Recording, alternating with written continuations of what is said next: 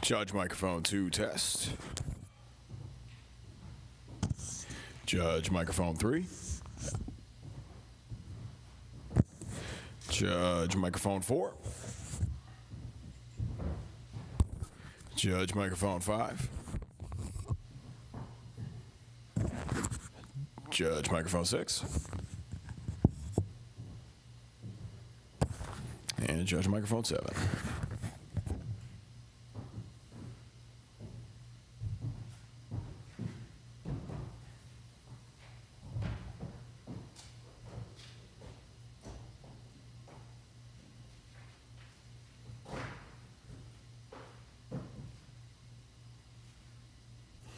Appellee microphone. Excuse me, appellant microphone. Oh, goodness. And appellee microphone.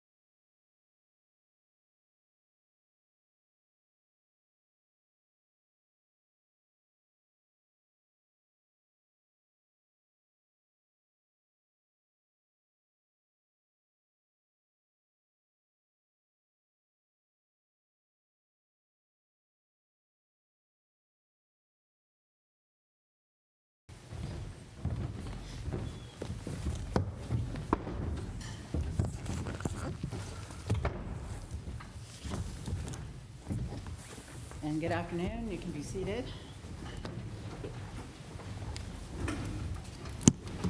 The matter before the court is BCD 25-275, PENQUIS C.A.P. versus the Department of Administrative Financial Services, as well as the Department of Health and Human Services. I see counsel are present. I'm assuming we're all ready to proceed. We are being streamed on the web, both by video and by audio. Before we begin the argument, I would ask counsel who are arguing to please introduce themselves by saying your names for the record, together with the party you represent, starting with the appellant. Good afternoon, Alfred Morrow for PENQUIS. Good afternoon, Halliday Moncure for the Department of Administrative and Financial Services.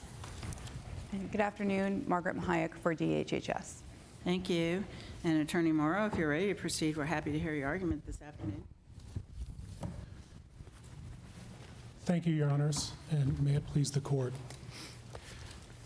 Even if we lay aside every other argument that PENQUIS raises in its briefing, the consensus scoring problem is sufficient for this court to rule in PENQUIS's favor. Now, appellee's interpretation of consensus appears to be some form of papal conclave where bids go in and winners and losers come out, but the only question anyone is allowed to ask is whether the smoke is black or white. That's not what Pine Tree states. Rather, Pine Tree holds that when the goal of the RFP is to arrive at a consensus, the reviewers are not required to be bound by the numerical score alone. In our case, the goal of the RFP was to arrive at a numerical score. In our case, the RFP required that the numerical score be supported by substantive information.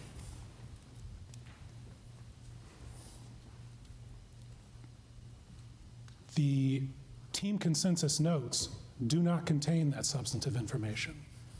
The reviewers themselves could not recall under oath how the team consensus notes translated to points won or lost in the scoring.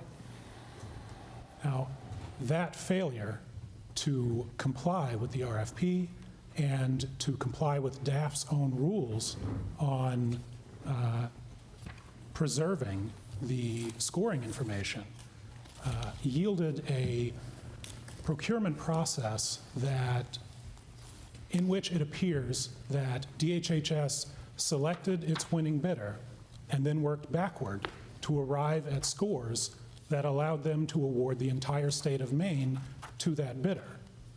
That is arbitrary and capricious, and for that, I ask this court to rule in PENQUIS's favor. I'm happy to answer any questions the court. Are you then arguing that there must be a numerical rubric, essentially, that is established before the scoring so that one knows what will be deducted and how many points are going to be deducted or added? Not necessarily, Your Honor. Well, then what are you arguing? I'm arguing that the notes in the evaluations have to be tethered somehow to the scores that were awarded. Well, I'm looking at the consensus evaluation notes. You happen to be looking at, Region 2 for PENQUIS C.A.P.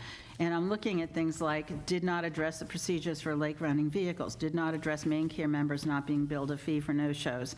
Utilization of the numbers may make it difficult to establish adequate network capacity. Did not address notifying the department 24 hours prior to termination. Did not address record storage and retention. Did not address contracts. I mean, it goes on and on. Why are those not valid points to deduct? Because we don't know which of those led to reductions. Does it matter? Why does it matter?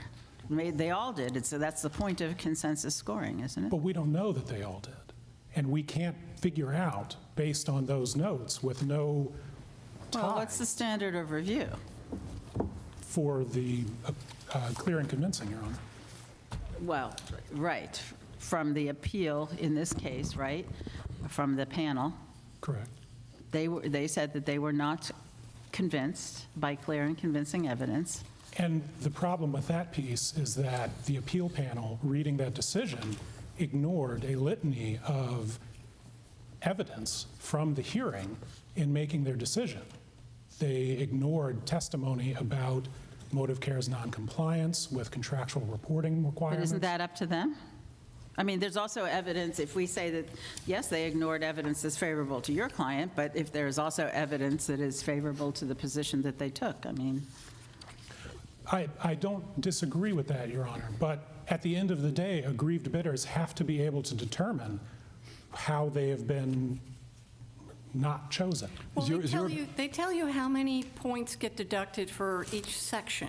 Are you saying that for every one of the faults listed by the chief, they have to have, oh, we'll subtract 1 for that, we'll subtract 3 for that? They have to get that granular? Is that what you're arguing? There has to be some connection between the notes that they make and what the reviewers find to be important to their decision and the scores that are received. Now, the testimony at the hearing was that they chose a midpoint, which no one could ever define, and then awarded and subtracted points depending on what was in the review, or I'm sorry, what was in the bids. But they could never testify, or they could never say what points were awarded. So I'm asking you again, how specific do you think they need to get? Specific enough that bidders can... So give me an example. That's out of my purview, Your Honor. You can't I say don't- how specific you want it to be. It has to be specific enough that an aggrieved bidder knows where they lost the points. So And we- if they say they have a list of things that are wrong, are you saying for every single one they have to say how many points were deducted? If that's what it takes to tie their comments to well, we're rational- asking you what you're arguing. That's what I'm confused about. You seem to be arguing that you need to be able to tie each of these deductions to how many points were deducted or something like that, as opposed to just the observation in the consensus, in the notes from the evaluation, from the consensus scoring of a whole litany, frankly, of things that the comments were didn't comply or didn't answer. I don't think it's unreasonable for the demerits that are noted to be tied to a numerical score. I don't know. Is that required either by the RFP or by statute? The RFP requires that the award be made pursuant to numerical scoring, and the statute... And it was, wasn't it? I mean, they scored each section, but And each specifically as to the granular points that are under discussion here, is there any requirement in the RFP that the team evaluate and assign specific points for each demerit, let's say? No, Your Is there Honor. anything in the statute? No, Your Honor. The statute doesn't specify how the scoring has to be done. Doesn't the There's no- agency have some discretion then as to how it's working within the confines of the statute and the RFP? Doesn't it have some discretion as to how it's going to rank these bidders? It does, Your Honor, as long as it preserves the rationale for its decisions. And it did. It listed the demerits that it was assigning. But those are not tied to the score that led to the But award. what requires that tying, is my question. The requirement for substantive information. Is your objection to the consensus process generally or to the way it occurred here? The way that it occurred here is certainly our problem. I don't know about the consensus process generally in certain RFPs where the goal is to arrive at consensus, then, you know, you But can doesn't use- that make sense? I mean, the process there for consensus is to kind of normalize the result. If there's one outlier and the rest of them are here, they interact, they collaborate, corroborate, and come up with something that is a final product that isn't necessarily tied into the individual things there, but it's a normalization process to summarize how they got there as opposed to a granular numerical approach to maybe averaging. Is that a problem? Where the end goal is consensus, no. But where the end goal is a granular numerical score, then I think that score has to be tethered directly to pros and cons listed in the... So you have to have a numerical score of demerits within the section that indicates how many points are related to that particular section. Is that what you're saying? In other words, Section 2 had 25, and in fact, PENQUIS CAP got 25 out of 25 up for each of the bids, and Section 3 had a maximum points of 50. And so I think within that section, is that what you're asking? Are you saying that every time they say, this didn't have that, or every one of their notes, they have to have a subset number? Given all of the subsections in the RFP, I think that would have been a reasonable way to proceed. Well, the question is not whether it's a reasonable way to proceed, is it? I mean, the burden here, having gone into the hearing, we've said that the rule requires proof by clear and convincing evidence to overturn. And here, so before the appeal committee, you could prevail only if you persuaded them of the truth of your contentions was highly probable, and more importantly, here on appeal, we will vacate that you failed to carry a burden of proof only if the nature of the evidence is such that the committee was compelled to find that your contentions are highly probable. It's a steep burden, Your Honor. And Yes, it is. And PENQUIS has never shied away from that burden. The problem with the consensus scoring, and I'm glad that you mentioned Section 2, where both the winning bidder and PENQUIS received maximum points, because there are clear points in the record where it was demonstrated that the winning bidder was out of compliance with contractual obligations and somehow still achieved full points on that section that considered prior performance. So you're Now- disagreeing with how they came to their result? In that context, yes, Judge. But all that is required is that the agency shall document the scoring. Doesn't say how granular. They say, take the notes, document, and then it says, and the substantive information that supports the scoring. And that's the list. Where does it say in the regulations that they have to get as granular as you would like? It does not specifically say in the regulations at what level they have to determine how these scores are assigned, but the scores have to be supported by something. And you're saying if they're not supported, it is ipso facto arbitrary and capricious? I would say so. If they haven't complied with the requirements of the RFP and with the requirements of the statute that specifically says substantive But you information. haven't pointed to anything in either the RFP or the statute with which they did not comply. You would like it to be interpreted differently, sounds like. Well, the requirement that the scoring be supported by substantive information, I think, you're correct, Your Honor. I haven't pointed to a place where it says you have to assign 2 points here and 3 points there. There is no such rubric in the RFP. But my problem, and PENQUIS's problem, excuse me, Go ahead. Your Honor, our problem is that there is no tie between this list of demerits and where PENQUIS lost points, given the ample evidence in the record of other places where other bidders should have lost points, where PENQUIS should have gained points. It's just not clear how the score was arrived at. Thank you. Thank you, Your Honor. Attorney Moncure.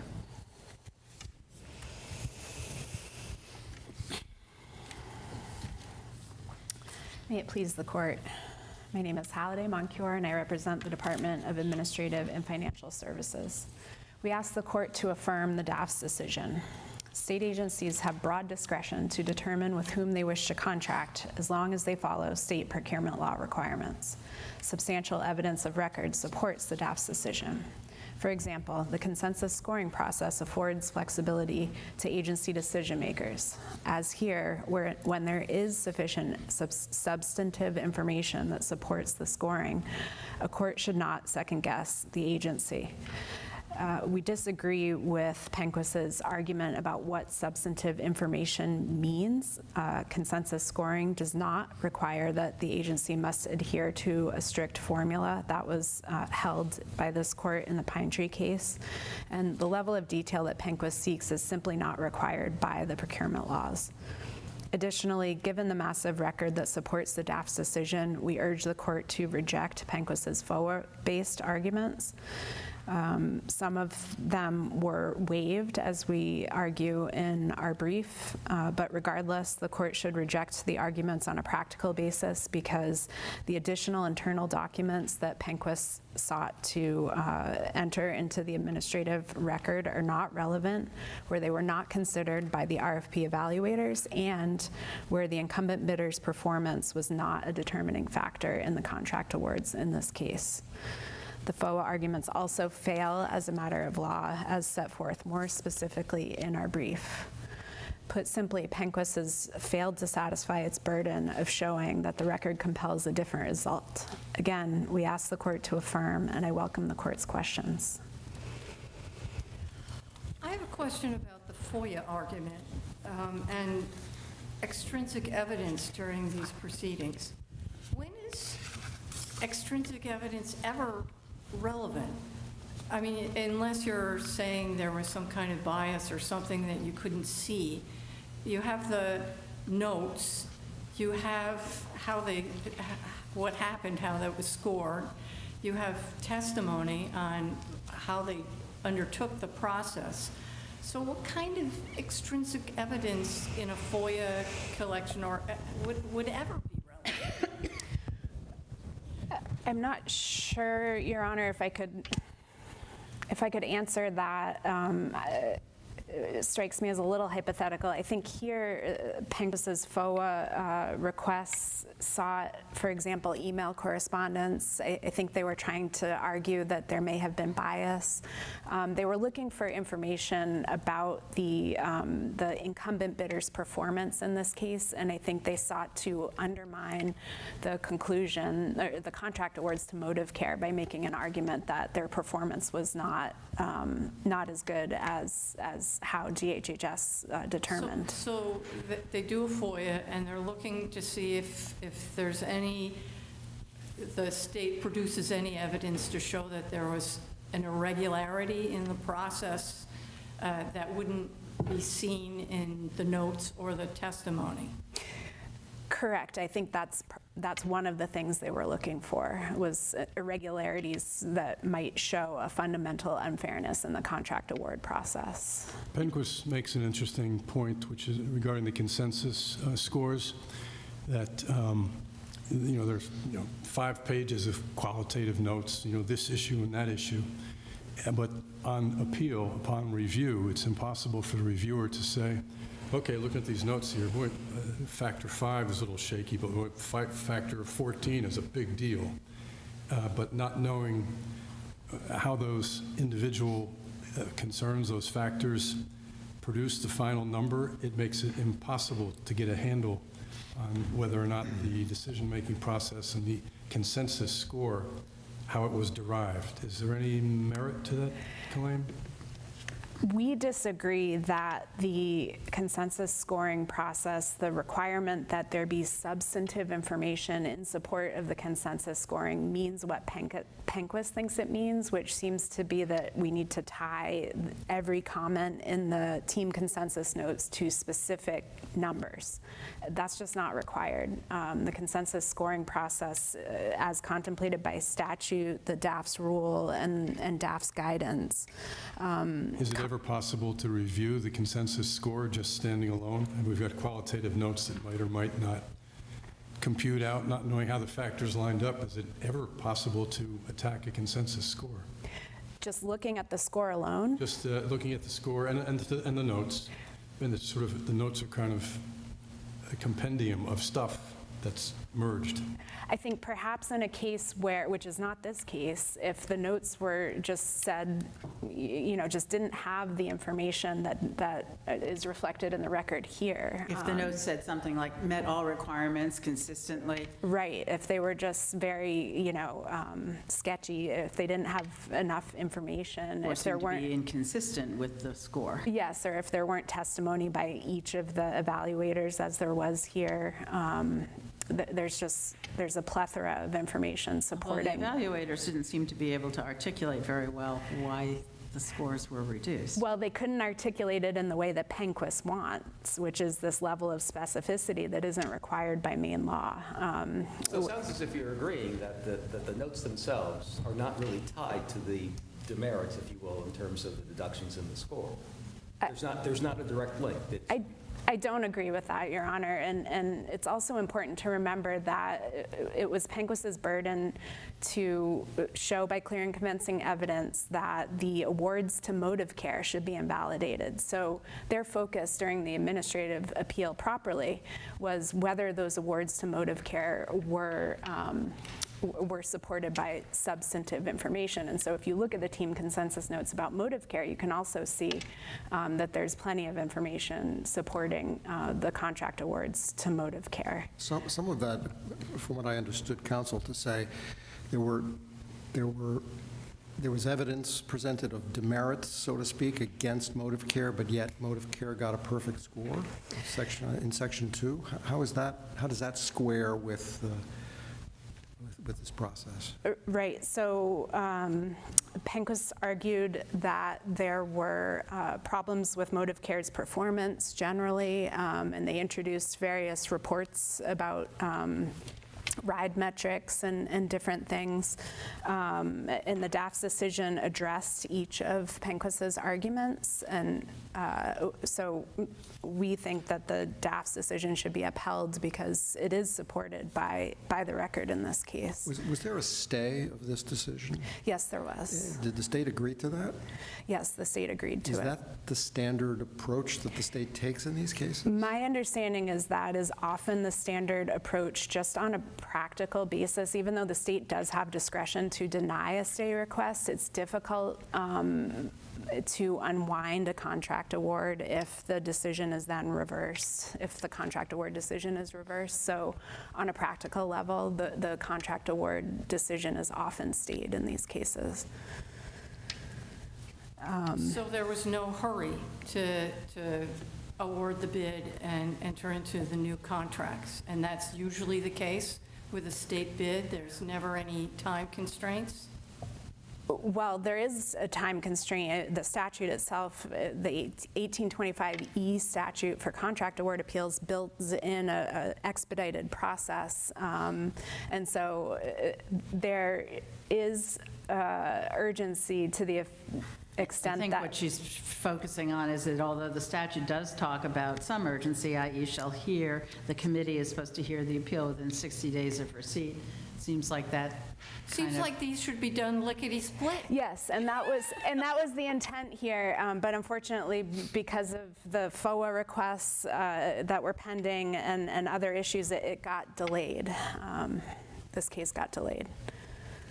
So again, there's substantial evidence in the record as we set forth in our brief. The consensus scoring process is intended to afford state agency decision makers flexibility in determining with whom they wish to contract. The RFP informs all the bidders of the approach about scoring that the state is going to take. And for the other reasons stated in our brief, if there's no other questions, we ask the court to affirm. Thank you. Attorney Mahayak, we'd be happy to hear your argument. Good afternoon again. My name is Margaret Mahayak, and I represent DHHS. I'd like to return briefly to address PENQUIS's FOA-based argument, which relies entirely on the assumption that the redactions in the 15,000 pages of DHHS records that were produced were improper across the board.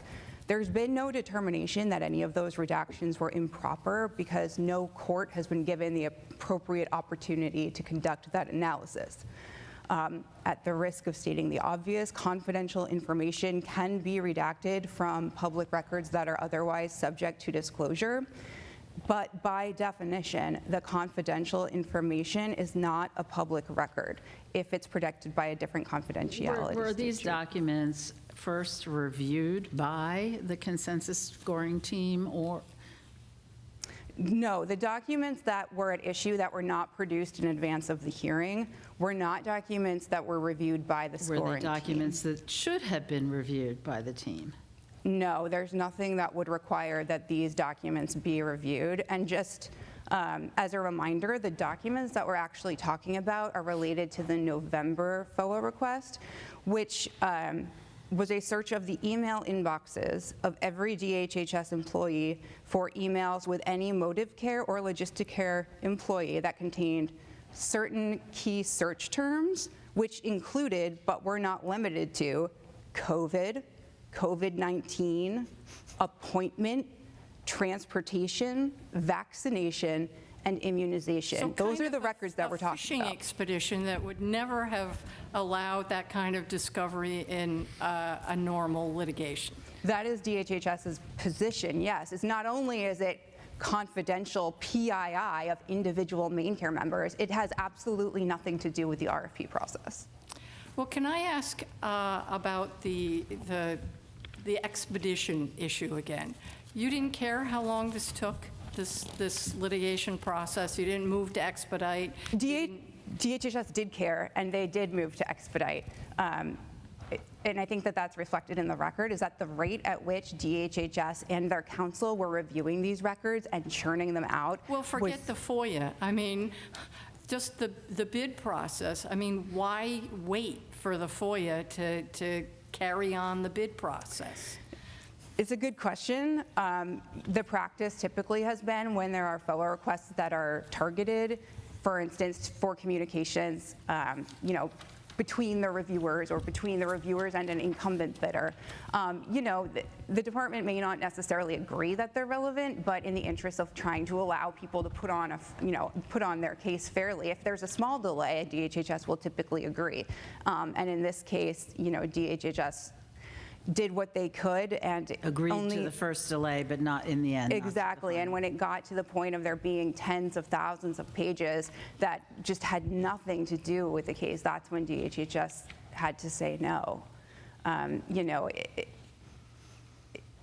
DHHS did not think there was anything relevant, but in the interest of trying to make sure everyone had an opportunity to put on the case that they wanted to put on, was willing to be somewhat flexible. Because here the situation was that there were contracts already in place with incumbent bidders. It wasn't as if the services were not being provided. But I think if this were a case where it was a brand new contract, where there were just no services being provided at all, that DHHS might take a different position. So what's your response to it's not granular enough as to what weight was given to each of the note comments? So again, consensus scoring has been approved by this court in the Pine Tree case. There is also an instructive case that's cited in PENQUIS's reply brief. It's a Superior Court case, and it involved the lottery system RFP, and that case involved very specific guidelines that were used for scoring. And in that case, the panel overturned the award, and that was affirmed by the Superior Court. And the reason that it was overturned was because the guidelines that were used were too restrictive. And they prevented the evaluation team from being able to fully and fairly exercise their judgment in distinguishing between the proposals.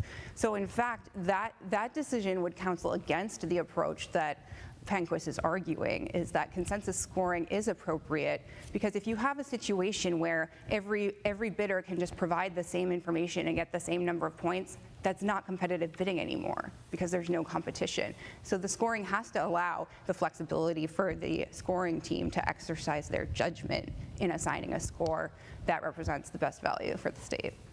Thank you. Thank you. Attorney Morrow, you reserve some time for rebuttal. Thank you, Your Honor. If I could quickly just talk about the lottery gaming systems case while it's fresh.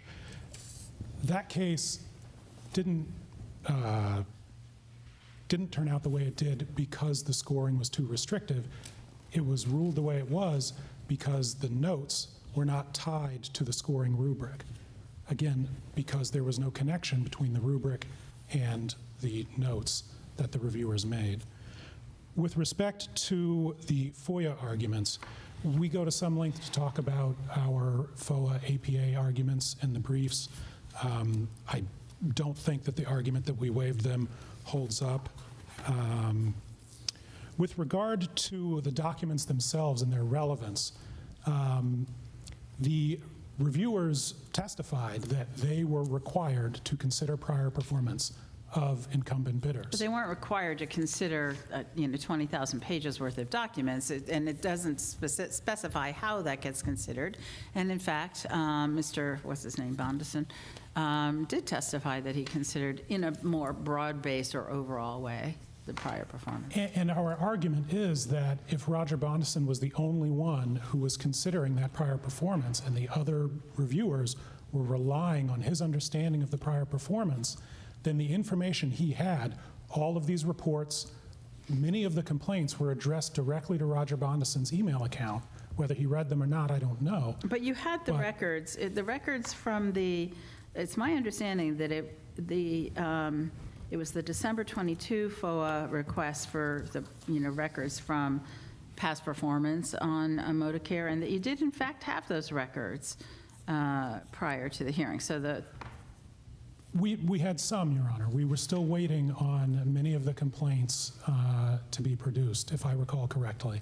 And the problem with that, the problem with that is that the only way we could figure out the scoring decisions were by cross-examining Mr. Bondison as to what he knew or should have known about the prior performance of incumbent bidders. And to do that, we needed the FOA documents. Now, I understand there were a lot of them because of the nature of the request, but... And there's no provision, but you agree, there's no provision. First of all, that wasn't discovery, it was just, it was FOA requests. There's no provision in the rules for discovery in these cases. I understand there's nothing prohibiting it, but there's no provision for discovery. And in fact, the statute would weigh against it because it requires a hearing to be held within 60 days, which everybody agreed to extend that to some extent here, but...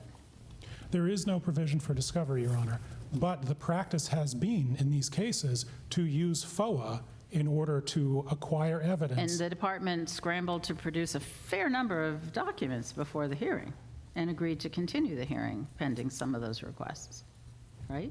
You may. Thank you.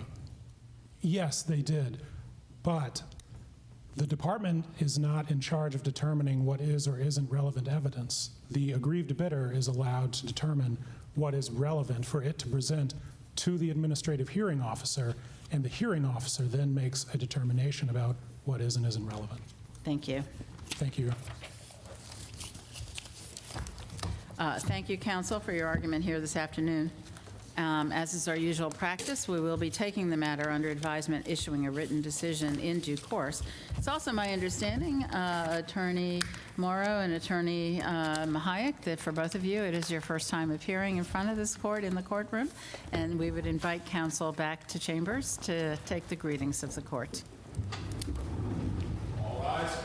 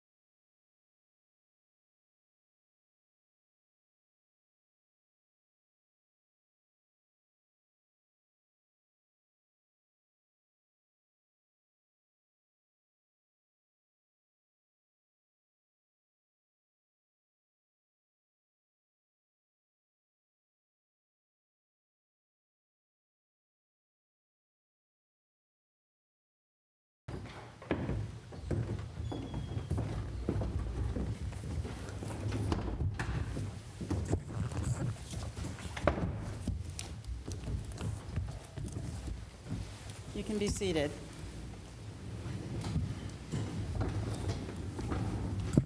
The matter before the court is State of Maine versus James Welsh. This is Penobscot 25-322. I see counselor present. We are being streamed on the web, both by audio and by video. I would appreciate it if counsel would identify themselves by saying their names for the record, together with the party you represent, before we begin the argument. Zachary Smith, attorney for the defendant James Welsh. Anya Sproul, attorney for Appellee, State of Maine. Thank you. And Attorney Smith, if you're ready to proceed, we'd be happy to hear your argument. If it may please the court, not everything you dislike or someone else might dislike or disapprove of is necessarily a crime. I know that's just fundamental, but I feel it's important to reiterate that crimes are defined by the statutes, and if something just does not fit the statute, then it's not a crime. And so let me first dispel the notion also that the state simply charged incorrectly, and this is some sort of hypothetical harmless error in this case, because my client would have been convicted if the complaint had charged him under a different subsection or paragraph of the statute alleging a private place.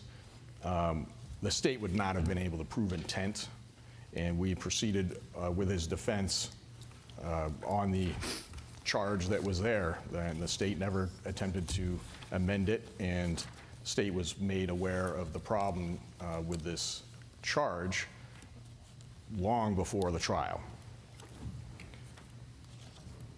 Neither this court nor the trial court has to approve of his conduct in order to determine that it was not criminal in nature. We simply have to apply the law to the evidence. We also shouldn't need to argue about whether a different factual setting, such as a sidewalk on a privately owned land where there's a public easement, something of that nature, would constitute a public place, because that's just not the facts of this case. And I'm not asking the court, my client's not asking the court to issue a comprehensive reading of the entire statute to determine what might be a public place and what might be a private place. Court, just to resolve this case, just needs to reach the determination that by any reasonable reading of the statute, my client was in a private place. He was in his own apartment.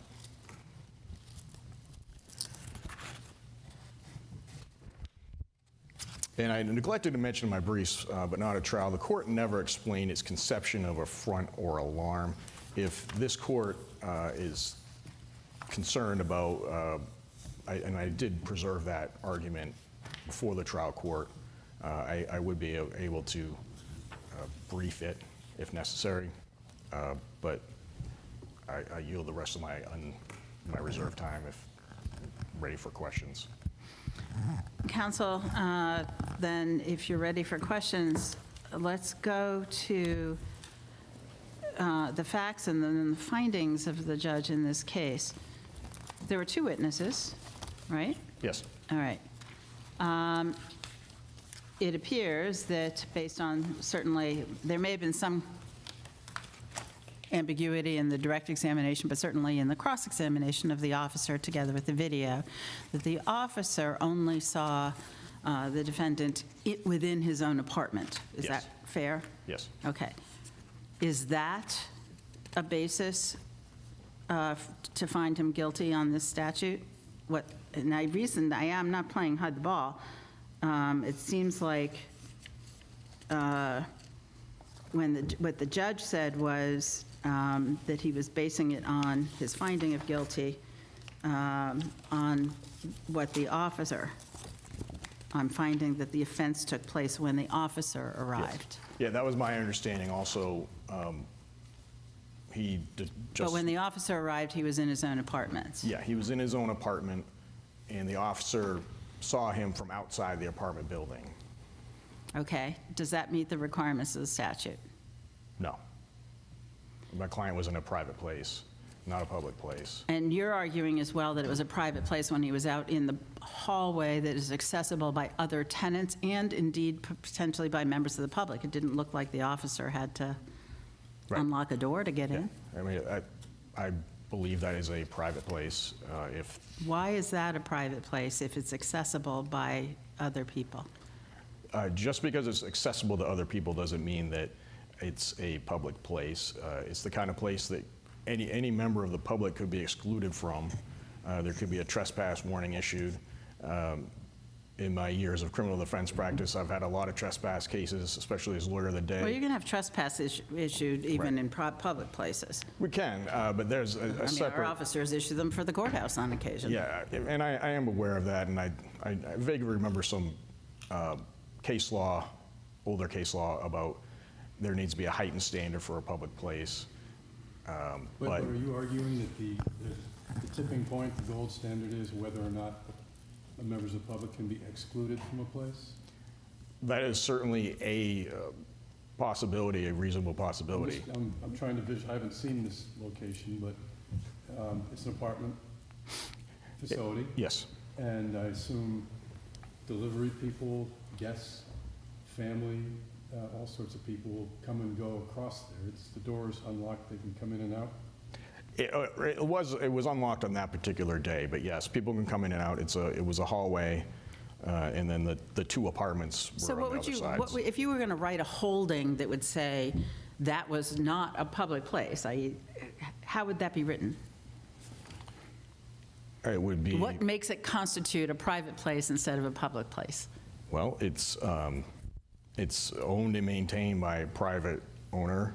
The public can be excluded So are from it. stores. Yes, I don't think stores are public places either. I think they would follow. So if someone exposes themselves in the local Hannaford, you're saying that's a private place? Yes. So- People get excluded from Hannaford all the time. Are you maintaining, I think what you argued in your brief, that a public place under the statute is only essentially publicly owned land? Not necessarily, but that certainly should be a consideration. But a public place would be, a place that the public is able to access. Fenway Well, they Park? can. They can Yeah. walk in the door. They can also be excluded for no reason whatsoever, and that happens all the time. So that's a very expansive standard. I mean, if the rule is if they can be excluded from the place, it is ipso facto private. That is a very expansive definition that it's hard to imagine legislature intended to have it be that broad. Well, the legislature didn't really give us any clues as to what it was thinking. The statute should have had some kind of definition, and here I am now. Let's assume we disagree with you on that issue. Where does that leave you? What do you mean? Let's assume that the hallway, we disagree with you, and that we think the hallway is a public place. Was there sufficient evidence that the actor knowingly exposed his genitals under circumstances that were in fact likely to cause affront or alarm, assuming that that is a hallway? I mean, when the officer saw him, he was in his own apartment. Yes. So And- what we're talking about is what the neighbor Right. saw. And the neighbor didn't see. There was no testimony to that effect. He had his back to her. I don't think that would satisfy the statute Do you either. think that the person, that it has to be exposed, somebody has to be able to see the genitalia?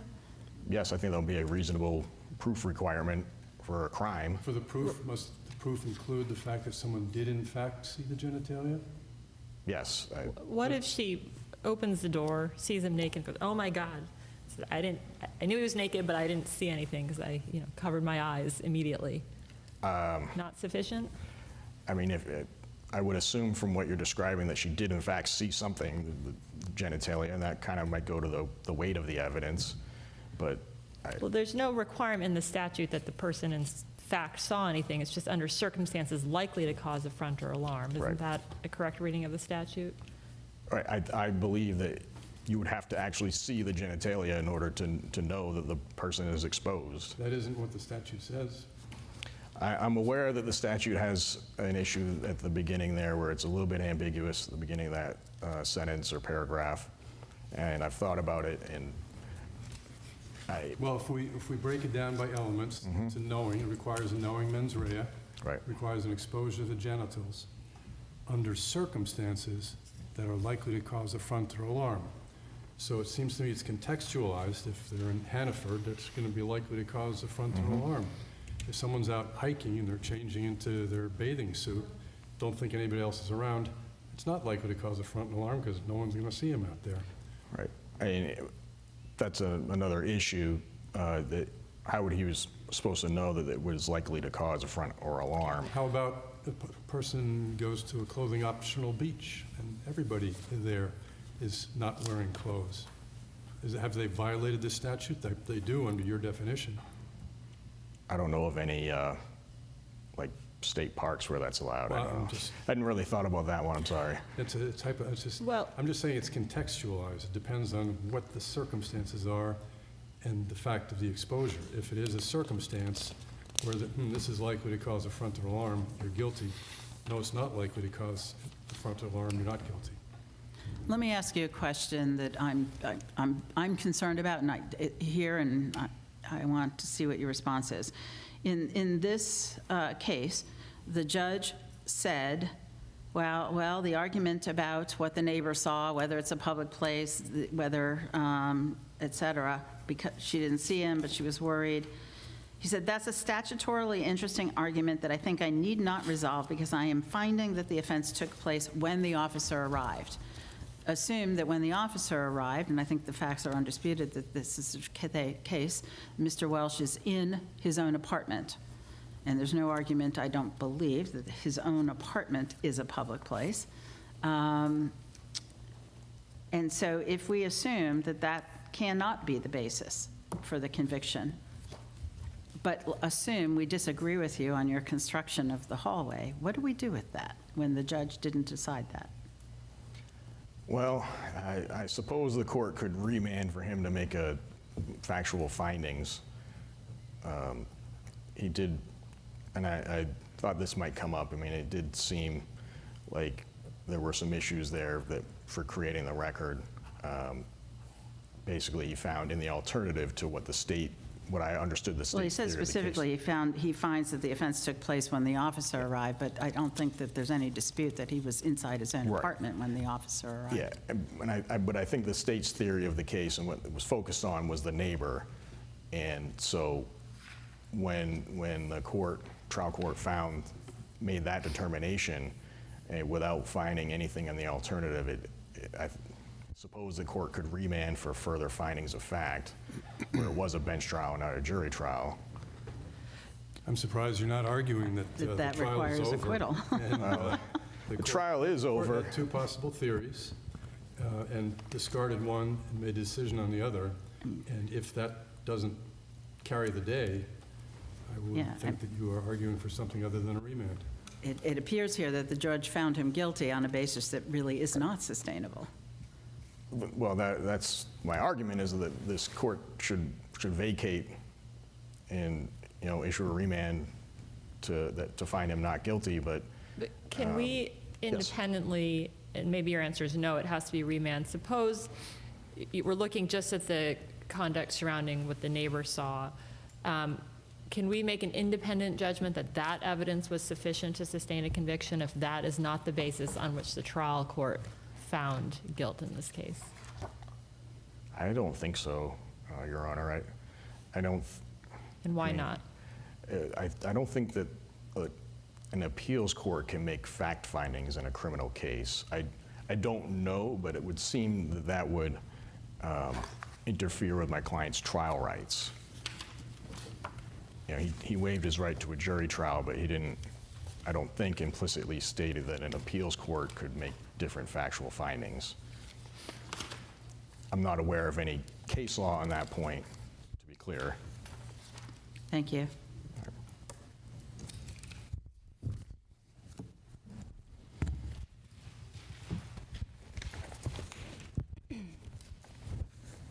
Attorney Sproul?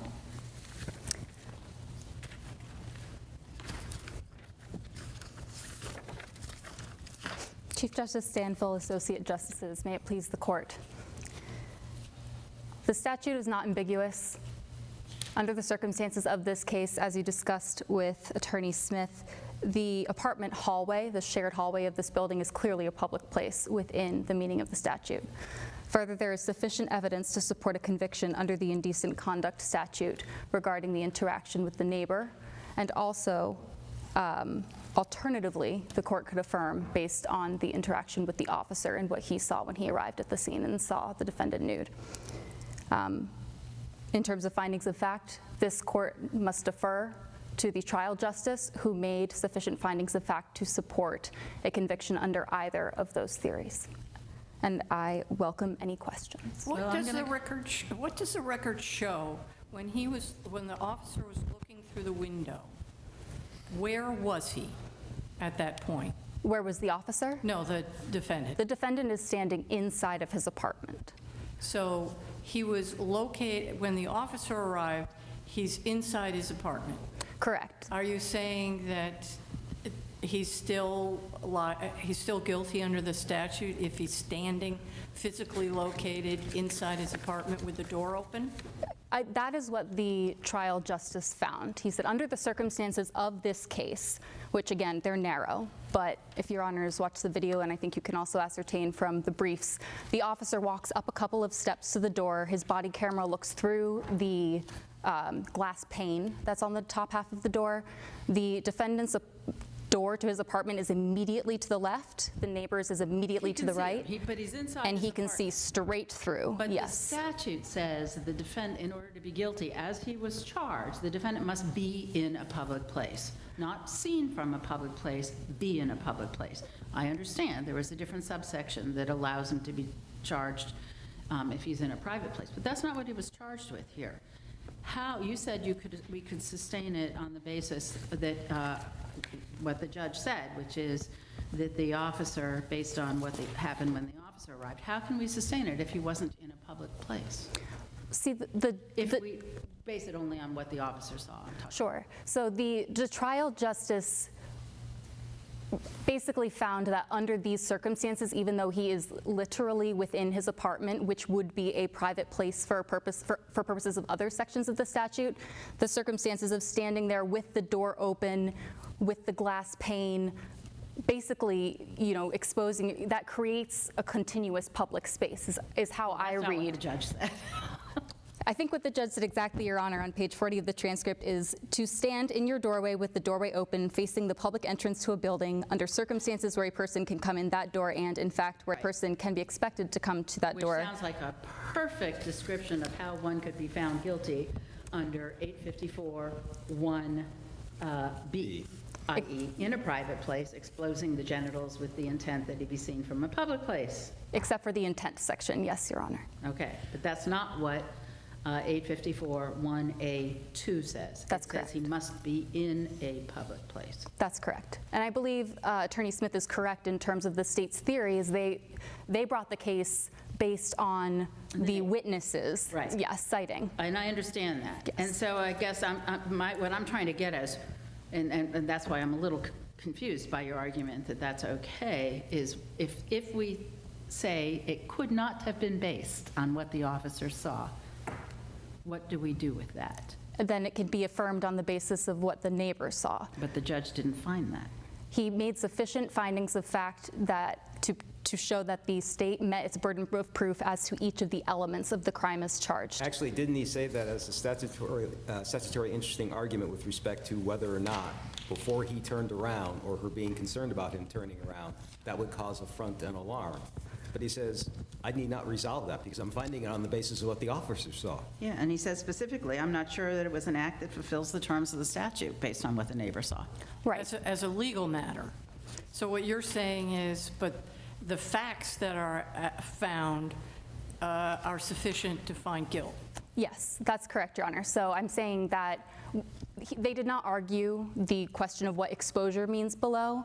I'm arguing that the definition of exposure is met by the facts that the trial justice found, which is that the neighbor came out of her apartment and saw the defendant in the hallway completely nude, albeit the fact that she saw him just from behind. But So he didn't make any findings as to whether that act was likely to cause affront or alarm, did he? he did, Your Honor. I think before he reached I think what he called the statutorily interesting question, he said that he found that the neighbor was, in fact, affronted or alarmed. Let me push back on that a little bit. I think, arguably it's ambiguous because the court said I think that your argument is interesting that there's a pause, clearly his genitals were exposed and there were circumstances that caused affront and alarm. I can't really tell if the court is making those factual findings or if he's saying your argument that these, are the facts is interesting. I'm sorry, would you repeat that last part? I can't tell if the court is actually making those findings or if he's just describing the state's argument as to what the court should find with regard to the facts. Do you see what I'm saying? I see the ambiguity Your Honor is pointing out, yes. What do we do? Your opponent has suggested that we should remand for further factual findings if we conclude that the basis on which the court found was not legally sufficient under the statute. What is your view on what we should do in this circumstance? Assume that to be the case, that what the officer saw was not legally sufficient. Sure. I guess assuming that, that's an interesting question. I suppose that, like other sorts of cases, if Your Honors were to find that the trial justice did not make sufficient findings of fact for you to rule on them, then a remand would be necessary. But if Your Honors can read the record in the way that I'm suggesting to say that the trial court did find the facts that would be sufficient to support the conviction based on the neighbor's interaction with the defendant, then you could just affirm the conviction. If you were to decide that there's no circumstances in which this crime could be proven, which I'm not suggesting, but if you were to say, based on this factual record, there are no circumstances under which the state has proven that this crime happened beyond a reasonable doubt, that's just vacating the conviction. And if it were a jury verdict, we wouldn't have any findings, and I assume in that instance you'd be arguing, there were 2 incidents of potential exposure here, and as long as we find that one of them was sufficient, we should sustain the verdict. Is that? Yes, I think it would be a sufficiency of the evidence argument and maybe getting into some sort of specific unanimity danger, depending on what the jury instructions were. But thankfully, that's not where we are. The dreaded hypothetical question. Sure. If we take the neighbor out of the picture, take the police officer out of the picture, and we conclude that the hallway is in fact a public place, and he decides to just expose himself out there, people might walk in, people might come out of their doors, but there's no humans around for the entire 15 minutes that he spends out and about in the hallway. Has he violated the statute? Is that a tree falling in the forest? Yeah. I was going to say, Your Honor, that sounds like kind of your hiker changing clothes hypothetical from earlier. I think, again, it depends on the circumstances exactly and, when those 15 minutes were.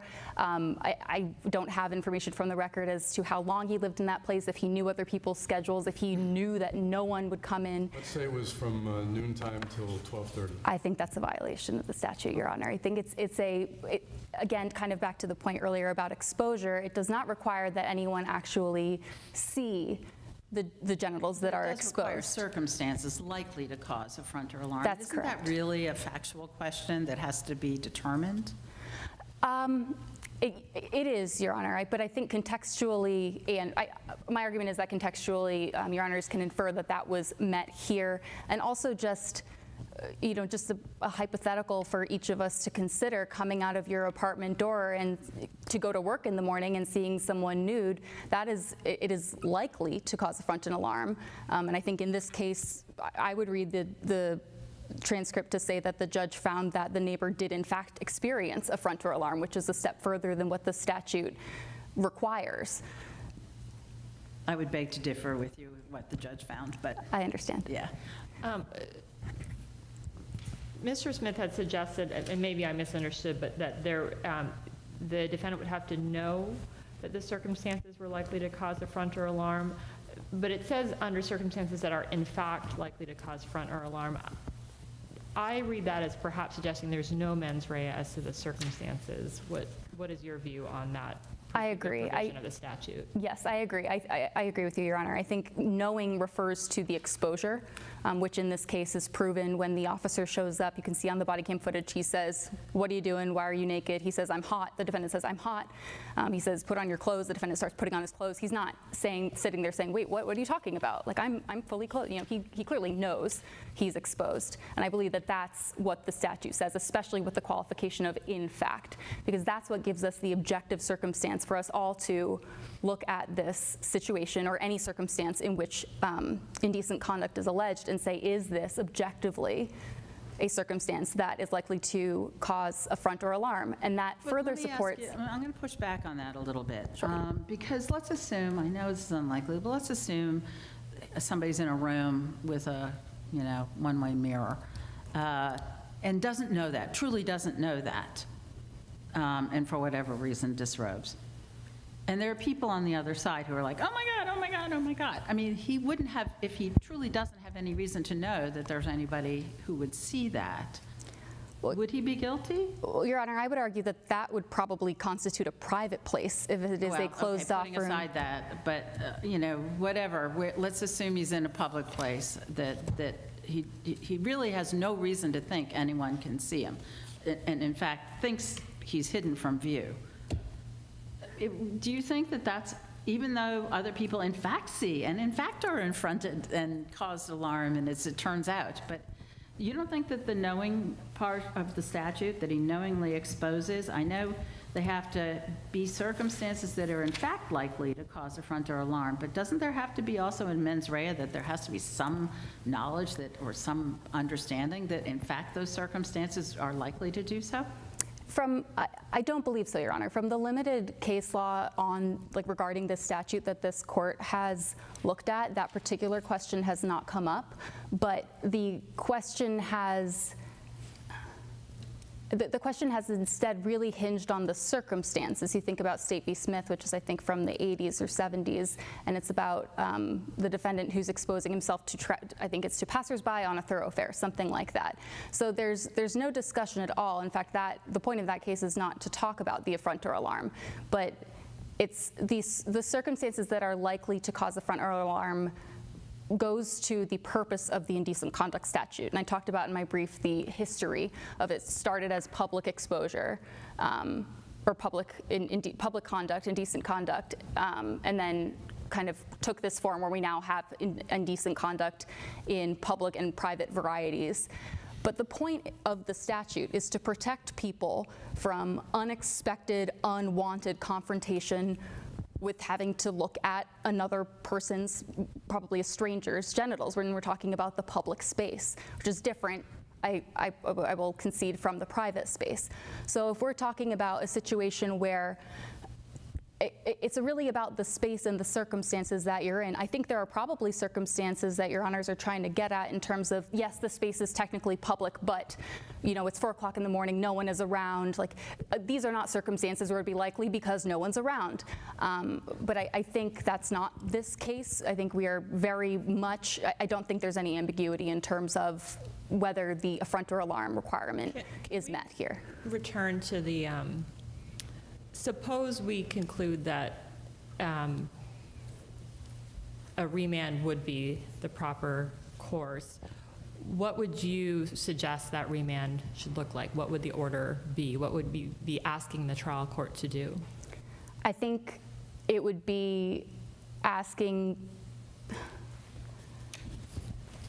well, it would either be asking for more findings of fact, such as to provide the appellate court with sufficient facts to review on appeal, or it would be asking the trial court to make legal determinations that this court found were absent from the record. And I'm not aware of any. Would you like the previous cases. opportunity to do some supplemental briefing? And I'm going to ask the same thing to Mr. Smith, as to just assume, and we may not, but assume that we find that the grounds upon which the judge convicted Mr. Welch, i.e. what the police officers saw, were insufficient. However, You know, the record is what it is. I'll leave it in terms of what the neighbor saw or the events surrounding what happened with the neighbor. Assume that that's a public place in the hallway. Would you like an opportunity to suggest to us what the proper course is, whether that has to be a judgment of acquittal, whether it's a remand, what the proper course is? I see my time has elapsed, if I may just briefly You answer. get to answer the question, because I asked it. I would welcome the opportunity to submit supplemental briefing. Thank you. Mr. Smith, would you like that same opportunity? Yes, I would. 2 weeks?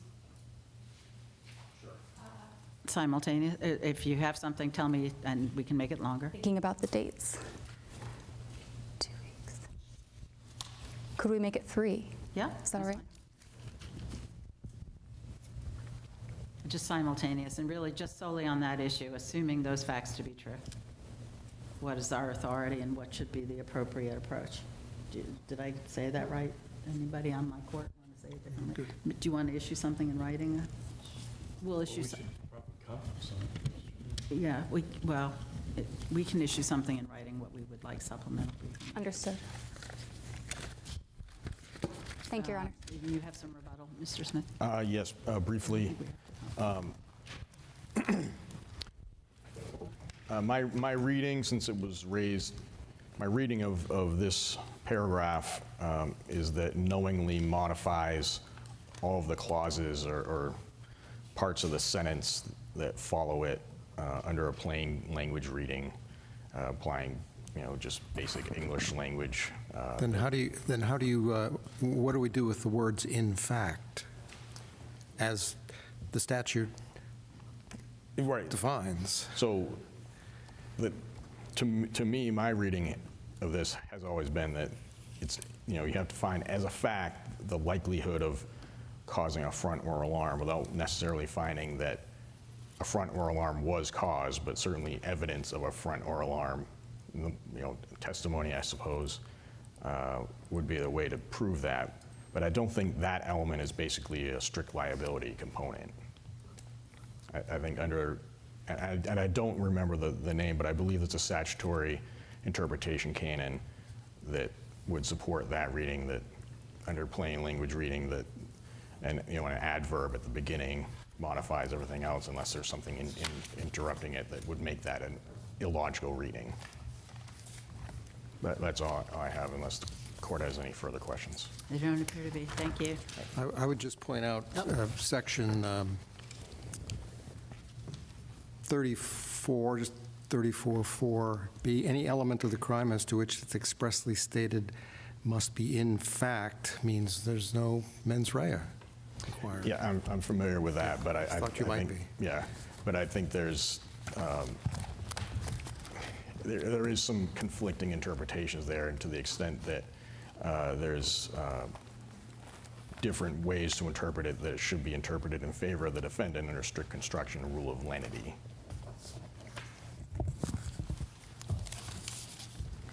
Okay, thank you. We will take the matter under advisement, but we also will issue something in writing first. With that, I think we are in recess for, Ms. Sproul, I've lost my little note, but do I recall that this is your first appearance? It is. Okay, then it is the custom of the court to have you come back and take the greetings of the court in chambers, and we'd be delighted to see counsel. Court will be in recess. All rise. All persons having any further reason to point out that the previous court sitting will law court and answer required to give their attendance here at 9 o'clock tomorrow morning as this court now is adjourned. God save the state of Maine and this honorable court.